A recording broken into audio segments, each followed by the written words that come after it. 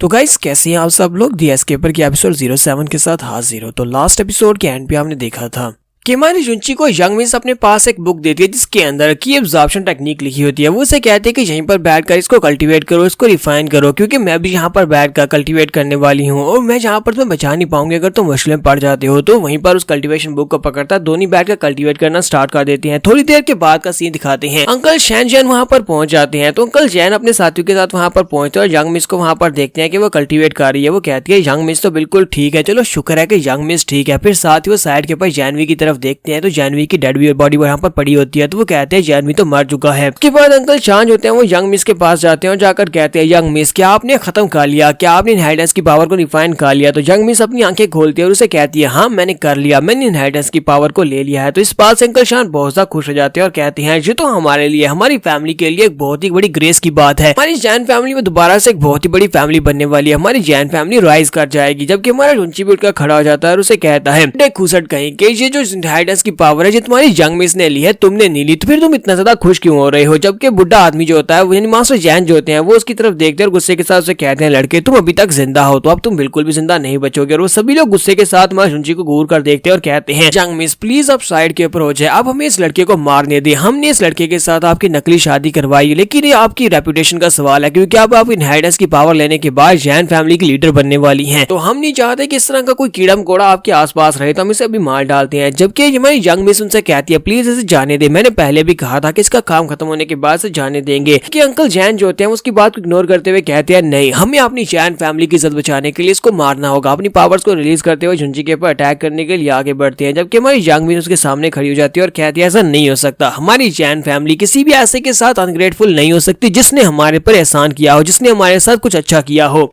जबकि हमारा शुंची उसकी तरफ देखता है और कहता है बुढ़े आदमी तुमने यहाँ पर जानबूझकर मुझे मजबूर किया है, अब देखो मैं यहाँ पर क्या करने वाला हूँ। और इसी के साथ ही वो अपना हाथ आगे बढ़ाता है यंग मिस की गर्दन के ऊपर रखते हुए कहता है चलो आओ अब आकर मुझे मार कर दिखाओ। तो अंकल जैन वहीं पर रुक जाते हैं क्योंकि हमारे शुंची ने यहाँ पर यंग मिस को बंदी बना लिया है। अंकल जैन कहते हैं कमीने घटिया इंसान कहीं के जो तुम क्या कर रहे हो, तुम्हारे यंग मिस को बंदी क्यों बना रहे हो।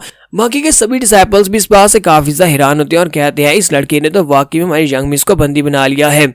तो हमारा शुंची उन सभी लोगों से कहता है कि तुम सभी लोग अगर यहाँ पर अपनी यंग मिस को मरा हुआ देखना चाहते हो तो जल्दी से आ जाओ, चलो देखते हैं कि मैं तुम्हारी यंग मिस को मार पाता हूँ या नहीं। तुम सभी लोग आजमा कर देख सकते हो। तो मास्टर जैन हमारे जुंची से कहते हैं लड़के तुम्हारे अंदर इतनी हिम्मत नहीं है कि तुम हमारी यंग मिस के साथ ऐसा कुछ कर सको, तुम यंग मिस के साथ ऐसा कुछ भी नहीं करोगे, हमारी यंग मिस को जाने दो वरना मैं तुम्हें बहुत ही बुरी मौत मारूंगा। जबकि हमारे जुंची से कहता है कि बुढ़े आदमी क्या तुम्हें लगता है कि मैं तुम्हारी यंग मिस के साथ ऐसा वैसा कुछ नहीं कर सकता, मैं तो इसके साथ और भी बहुत कुछ कर सकता हूँ। और इसी के साथ ही हमारा जुंची उसको अपनी तरफ खींचता है और साथ ही उसके होंठों के ऊपर उसे किस कर देता है। तुम्हारा जुंची सभी के सामने उसे किस कर देता है। ये देखने के बाद जैन फैमिली के सभी लोगों के मुंह खुले खुले रह जाते हैं। वो कहते हैं इस कमीने को रोको, इस कमीने को रोको, इसने हमारी यंग मिस को किस कर दी, ऐसा कैसे हो सकता, अब तो इसे मरना होगा। वो सभी लोग और भी ज्यादा गुस्सा हो जाते हैं। जबकि हमारा जुंची वहाँ पर कहता है अब देखो जरा क्या मैं यहाँ पर और क्या कुछ कर सकता हूँ। जबकि यंग मिस वहाँ पर शर्मा रही होती है क्योंकि अब उसे जुंची से प्यार हो गया है। तुम्हारा जुंची सभी लोगों से कहता है कि तुम सभी लोग यहाँ पर इतना हैरान होकर क्यों देख रहे हो, क्योंकि हम दोनों शादीशुदा हैं, हम दोनों हस्बैंड एंड वाइफ है, तो हम लोग जहाँ पर चाहे वहाँ पर किस कर सकते हैं। यंग मिस हमारे जुंची से कह रही होती है प्लीज जुंची मुझे छोड़ो और जहाँ पर मुझे जाने दो, मैं तुमसे वादा करती हूँ कि मैं तुम्हें यहाँ पर से जिंदा जाने दूंगी, इन सभी को मैं तुम्हें कुछ भी नहीं करने दूंगी और जहाँ पर दोबारा ऐसा करने के बारे में सोचना मत, मुझे किस विस किया तो फिर मैं तुम्हें बिल्कुल भी माफ नहीं करूंगी। अंकल जैन कहते हैं अच्छा ठीक है जुंची, ठीक है यंग मिस को छोड़ दो, मैं तुमसे वादा करता हूँ तुम यहाँ से सेफली जा सकते हो। जुंची कहता है क्या मैं तुम्हें बेवकूफ दिखाई देता हूँ, मुझे लगता है कि तुम यहाँ पर मुझे पर दोबारा अटैक करोगे। लोगों ने पहले मुझे यहाँ पर बलि के बकरे के तौर पर यूज किया, फिर मुझे एक शील्ड के तौर पर यूज किया और उसके बाद मुझे एक टेस्टिंग सब्जेक्ट के तौर पर यूज किया। हर बार यहाँ पर मुझे मारने की पूरी कोशिश की गई और मैं यहाँ पर तुम्हारी बातों के ऊपर बिल्कुल भरोसा नहीं करने वाला। वो अपनी तलवार उठाता है यंग मिस की गर्दन के ऊपर रखते हुए कहता है तुम सभी लोग यहाँ पर पीछे रहो, मुझे तुम्हारी किसी बात के ऊपर भरोसा नहीं है। दोनों यहाँ से इकट्ठे बाहर निकलेंगे।